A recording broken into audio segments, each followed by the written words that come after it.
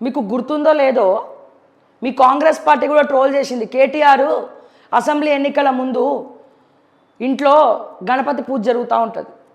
చెప్పులు వేసుకొని పూజలో ఇంట్లో చెప్పులు వేసుకొని పూజలో పార్టిసిపేట్ చేస్తాడు. ఎవరు? కేటీఆర్. అంటే చాలామందికి ఉన్న డౌట్ ఏంటంటే కల్వకుంట్ల చంద్రశేఖరరావు గారికి కేసీఆర్కు ఉన్నటువంటి భక్తి కేటీఆర్కి రాలేదు, మళ్ళీ హిమాంశుకు వచ్చింది, కానీ కేటీఆర్కి మాత్రం భక్తి లేదు అని చెప్పి మాట్లాడతారు. అదే టైంలో ఆ చెప్పులు వేసుకొని నాకు తెలిసి వినాయక చవితి అప్పుడో ఎప్పుడో నాకు గుర్తులేదు ఎగ్జాక్ట్గా, మీ కాంగ్రెస్ సోషల్ మీడియా కూడా మొత్తం ట్రోల్ చేసి పెట్టిందిగా. చెప్పులు వేసుకొని కేటీఆర్ పూజ చేసిండు.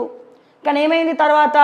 అసెంబ్లీ ఎన్నికల తర్వాత పవర్ పోవడమే మాత్రమే కాదు, అనేక రకాల కాంట్రవర్సీస్ మధ్యలో కేటీఆర్ గారు ఇరుక్కున్నారు.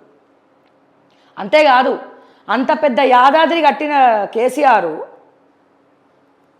యాదగిరి గుట్ట కేసీఆర్ పోయినాడు, కేసీఆర్ సతీమణి పోయిండు, కవిత పోయింది, హిమాంశు కూడా పోయిండు. కానీ ఇప్పటి వరకు కేటీఆర్ యాదగిరి గుట్టకు పోలే, లక్ష్మీ నరసింహస్వామిని దర్శనం చేసుకోలే, ఇప్పటి వరకు కూడా పోలేదు.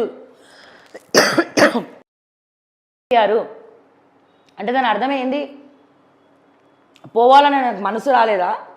లేకపోతే పోవడానికి బండ్లో పెట్రోల్ లేదా, డీజిల్ లేదా, పోవాలనే సంకల్పం లేదా,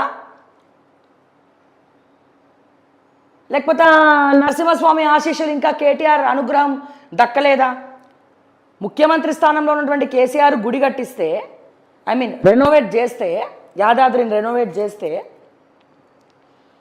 ఆయన యువరాజు అని చెప్పుకుంటారు, కాబోయే యువరాజు ముఖ్యమంత్రి అని చెప్పుకునేటువంటి వ్యక్తి అంత పెద్ద పైలట్ ప్రాజెక్ట్గా యాదాద్రిని కడితే అందరూ పోయినారు, ఈయన పోలే, ఇప్పటి వరకు కూడా పోలేదు.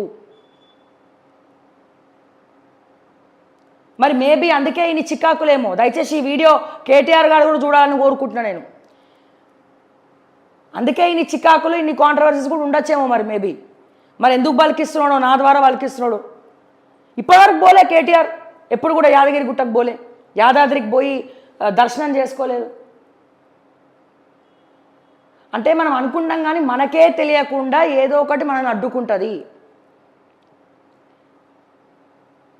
సో ఇప్పుడు